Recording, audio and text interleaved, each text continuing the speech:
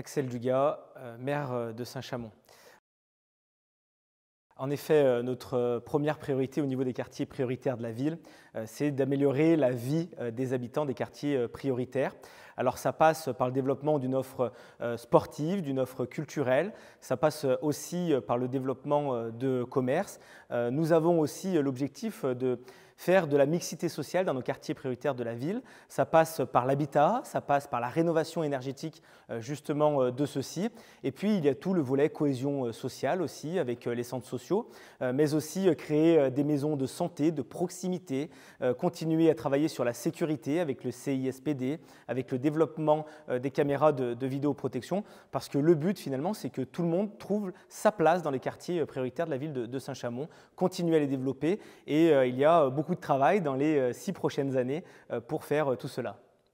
Jean-Luc Degray, adjoint en charge de l'urbanisme et de la politique de la ville à Saint-Chamond.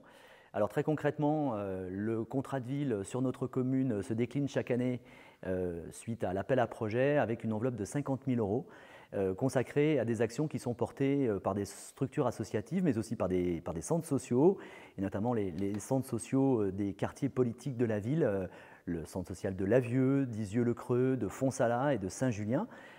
Ces actions donc, sont financées conjointement par l'État, la métropole et bien sûr donc la ville de Saint-Chamond sur des structures qui mettent souvent en œuvre des actions en direction des publics cibles politiques de la ville, notamment des actions d'apprentissage de la lecture, le rôle des parents également, avec une action portée sur le rôle éducatif et d'accompagnement de leurs enfants, des actions également aussi menées sur la santé mentale, une action également menée sur tout ce qui est alimentation, dans la lutte contre l'obésité et la lutte contre la sédentarité. Donc des actions vraiment en direction des publics les plus en difficulté de nos communes et qui apportent au quotidien, on le sait aussi, des résultats et qui favorisent le vivre ensemble et la cohésion à l'échelle de notre commune. En effet, la concertation est le cœur du dispositif Quartier 2030.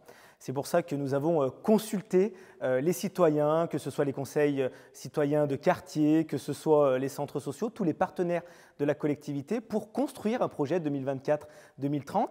Il y aura chaque année des bilans justement pour voir où on en est de ce contrat de ville si important pour nous tous.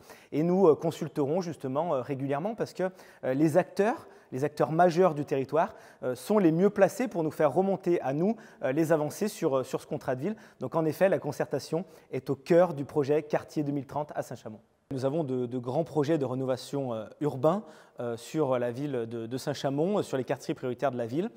Tout d'abord le centre-ville qui verra une grande transformation dans les prochaines années au niveau de ses places.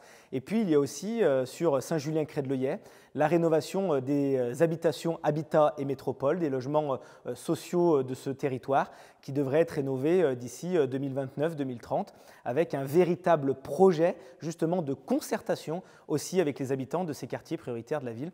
Et je pense que c'est important justement de valoriser ces projets de renouvellement urbain qui transforment finalement le quotidien de nos habitants, le quotidien à la fois des habitants des quartiers prioritaires, mais aussi le quotidien des habitants saint-chamonnais.